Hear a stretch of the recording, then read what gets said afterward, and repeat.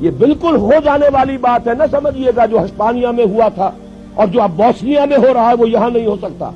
اس لیے کہ بھارت کے ہندو کا یہ ڈکلیئرڈ آبجیکٹو ہے کہ اس زمین کو پاک کرنا ہے، یہ نجس ہے، یہ ملچ ہے مسلمان،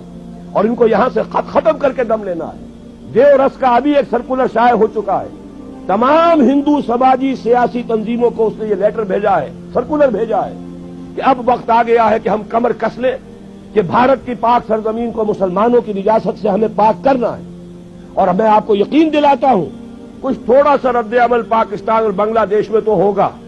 باقی پوری مسلم ورلڈ میں کوئی رد عمل نہیں ہوگا۔ میں گارنٹی، آئی اسٹینڈ گارنٹی،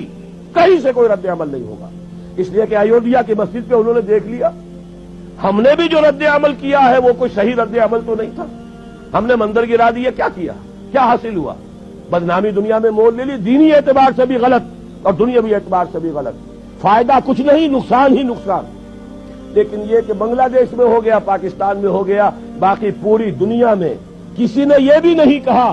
کہ یہ دوبارہ مسجد بن جانی چاہیے ورنہ ہم اپنے تجارتی تعلقات ختم کر لیں گے۔ سفارتی تو بہت دور کی بات ہے،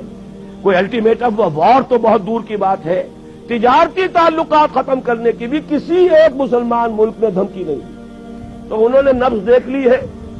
کہ غیرت نام تھا جس کا، گئی تیمور کے گھر سے، اور اگر بھارت میں یہ کچھ ہو گیا تو آپ یہ جان لیجئے بھارت کے جو عزائم ہیں، میں نے یہ چیزیں لکھی ہیں، پچھلی جمعے کو چھپ چکی ہیں، بھارت کے عزائم صرف بھارت تک نہیں ہیں، پراچین بھارت جس کے احیاء کا وہ خواب دیکھ رہے ہیں،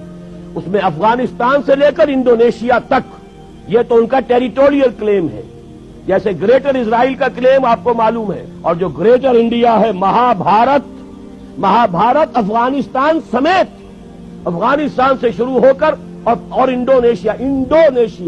یہ تو انڈیا اس کے نام کا جز ہے، اس اعتبار سے یہ تو ٹیریٹوریل ایسپیریشنز ہیں۔ جہاں تک ان کا تجارتی اور معاشی دباؤ ہے